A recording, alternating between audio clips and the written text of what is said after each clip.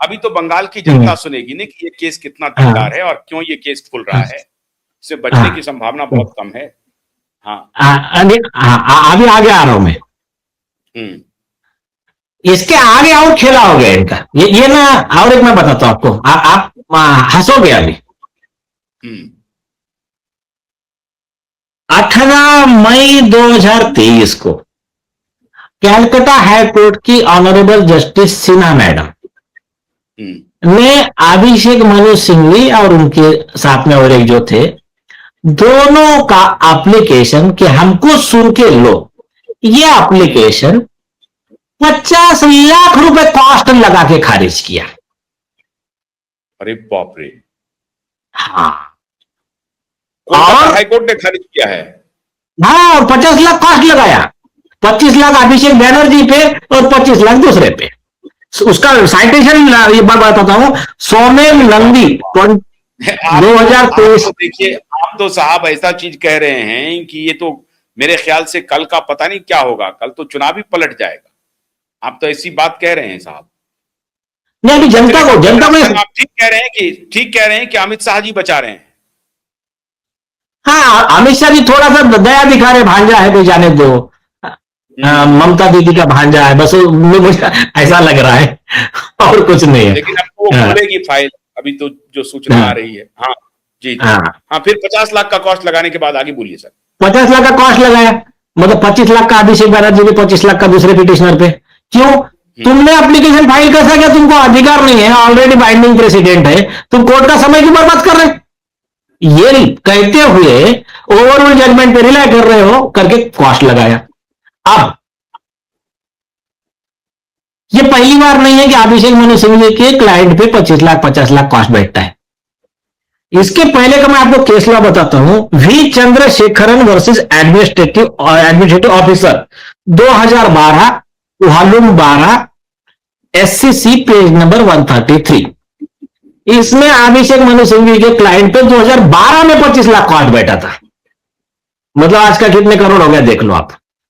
तो ये जो है ना, ये हैबिचुअल है गलत केस को डिफेंड करने के लिए मिस्टर अभिषेक मनु सिंघवी, और इनके क्लाइंट ऐसे ही कॉस्ट लेके बैठते हैं। ये मतलब खास करके ये दो एग्जांपल मैं आपको बता रहा हूं। हो गया। हाँ, अब आते हैं मुद्दे पे। ये ऑर्डर के खिलाफ में ये फिर सुप्रीम कोर्ट गए के लिए, साहब ये वाला ऑर्डर गलत है, हमको सुनना चाहिए था उन्होंने।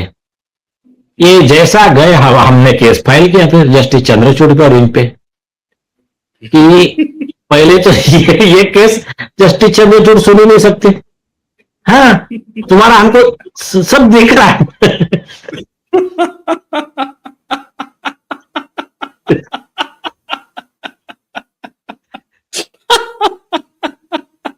गाँव का।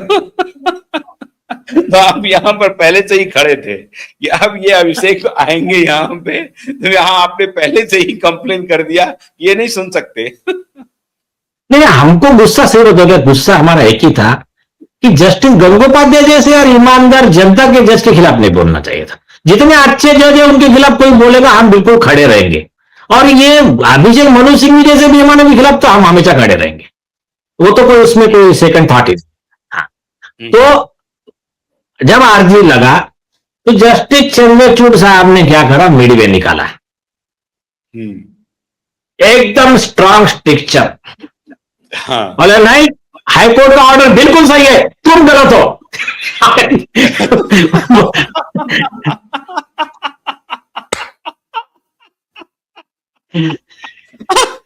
हाई कोर्ट का ऑर्डर बिल्कुल सही है, सीबीआई इंक्वायरी होगी। वो भी होगी, और तुम्हारा कहना गलत है, हाईकोर्ट ने बिल्कुल सही लिखा है। हो गया। और आगे सिर्फ एक बोला कि लेकिन क्या है, बोले हमने उनको अर्जी हाईकोर्ट में देने के लिए परमिशन दिया था, इसलिए वो कॉस्ट जो है, कॉस्ट सिर्फ हटा दी जाए, बाकी ऑर्डर सब सही है। हमने उसके ऊपर केस फाइल किया, कोर्ट में अर्जी लगाने के लिए ऑर्डर दिया था, कोर्ट में ओवरऑल केस लॉ लेकर गैर कानूनी अर्जी लगाने के लिए थोड़ी परमिशन दिया था। तो आपने 50 लाख माफ कैसे किया? फिर तो फिर वो फाइल पड़ी है अमित शाह जी के पास। आप अच्छा। प्रॉब्लम क्या है? दोस्ती का धर्म निभा रहे हैं मोदी जी। हम्म। मोदी जी के साथ में गणपति की आरती कर लिए थे चंद्रचूड़ जी, हम्म। और ममता जी का भांजा है, अपना भांजा, भले ही हमारे पॉलिटिकल दुश्मनी रहो। ये दो कारण से मुझे लग रहा है, मैं सही नहीं कह रहा हूं, शायद वो मैटर पेंडिंग था, लेकिन अभी बंगाल की जनता का दबाव बहुत है, इसलिए अमित शाह जी को वो फाइल खोलना पड़ सकता है, या खोल चुके हैं, ऐसी आपको पता ज्यादा खबर। नहीं नहीं, जानकारी तो मुझे मिली है कि वो फाइल जो है, वो फाइल उपयुक्त जगह पे चली गई है और कहा है कि भाई ये फाइल क्या है, इसमें इतना बड़ा झोल है। High court supreme court, high court supreme court होते होते अब ये बात आ गई है, इंक्वायरी होनी है। तो 25 लाख रुपया माफ हो गया था क्या? माफ कर दिया था हाँ, उन्होंने? 25 लाख माफ किया था, बाकी बोला तो तुम्हारे खिलाफ का ऑर्डर बिल्कुल सही है, उसमें हम हस्तक्षेप नहीं करेंगे। तो 25 लाख जो माफ करा के लिया ना, 25 लाख गलत तरीके से माफ करा के लिया। हम्म। सुप्रीम कोर्ट की मशीनरी का दुरुपयोग हुआ है, जनता के पैसे का दुरुपयोग हुआ है आरोपी को मदद करने के लिए।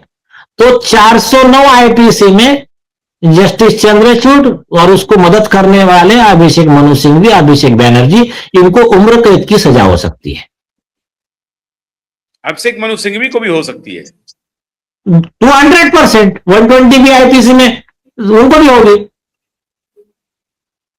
अरे बाप रे! तो ये तो कल मेरे ख्याल से भूचाल ला देगा। ये तो पूरे अभी देखिए सब मैंने, अभी अभी सब 28 आपके तारीख को आज ये मामला मेरी जानकारी में आया। तो आज मैं ये जो शो कर रहा हूं, ये तो लोग कहेंगे कि भाई मैं तो भारतीय जनता पार्टी का प्रचार कर रहा हूं, लोग तो यही कहेंगे। लेकिन सवाल है कि इतना गंभीर मामला है, ये तो खुलना ही था। मैंने कल ही बोला था कि ये मामला हो रहा है, वो भागने के चक्कर में, मतलब कोई रास्ता नहीं है अभिषेक बनर्जी के बचने का। लेकिन वो अकेले नहीं है, बाहर बहुत बड़ा ग्रुप है। वो इसमें जो डायरेक्टली हेल्प किया, इनडायरेक्टली हेल्प किया, सब हम्म। 120 आईपीसी में इतनी बड़ी लिस्ट है। हम्म। तो अभी वो होम मिनिस्ट्री जाने, अमित शाह जी जाने, मोदी जी जाने और बंगाल की जनता जाने, हमने हमारा जितना कर्तव्य निभाना था, इस देश का एक जागरूक नागरिक के हिसाब से जो करना था, एक और जस्टिस मतलब, गंगोपाध्याय के साथ आप खड़े रहे, उनके साथ जो अत्याचार यस, हो रहा था, टीएमसी के हाँ, गुंडे जो उनको परेशान कर रहे थे, कम से कम वो बचे। हाँ।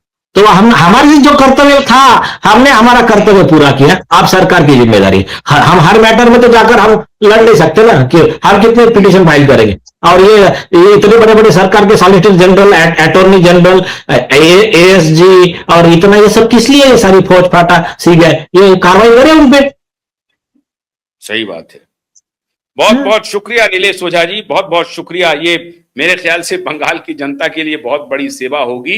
जो करप्ट हैं उनके फाइल जो अब खुल रहे हैं, वो फाइल कितना स्ट्रांग है, नीलेश ओझा जी ने स्वयं हस्तक्षेप किया था, इनकी पूरी वकीलों की टीम ने हस्तक्षेप किया था, तब जाकर के जस्टिस गंगोपाध्याय को न्याय मिला था। बावजूद इसके जस्टिस गंगोपाध्याय ने इस्तीफा दे ही दिया। ये और बात है, खुद को बचाने के लिए उनको राजनीति में भी उतरना पड़ा और वो बीजेपी ज्वाइन भी किए।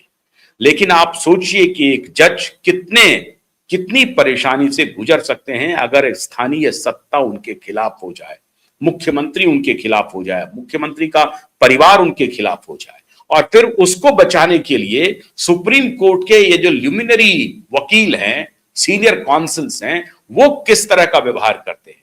सिर्फ पैसे बनाने के लिए ओवर रूल्ड जजमेंट को साइड करते हैं, उस पर उनको कॉस्ट इंपोज होता है हाई कोर्ट की तरफ से, फिर उसको माफी किया जाता है। स्टैब्लिश्ड हो गया कि वो लगातार गलत काम कर रहे हैं, और आप कह रहे हैं कि ये ह्यूमन एरर हो सकता है, कि गलती है, मानव से तो हो ही जाती है।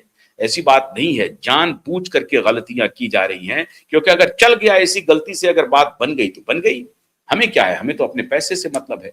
भ्रष्टाचारी के साथ खड़े होकर के भ्रष्टाचारियों को बचाना और भ्रष्टाचार को प्रोटेक्ट करना, इसके लिए मनोज सिंघवी जी, आपका तो सानी नहीं है। आप गांधी की पार्टी के हैं। गांधी कहते थे कि वकील जो है वो फर्स्ट लॉ ऑफिसर हैं, उनको ये देखना पड़ेगा कि किधर पाप हो रहा है, किधर झूठ बोला जा रहा है। वो झूठ का सहारा देने के लिए, झूठ को प्रोटेक्ट करने के लिए वकील नहीं है। गांधी के पार्टी के हैं, कुछ तो विचार कीजिए इसके ऊपर मनोज सिंघवी जी।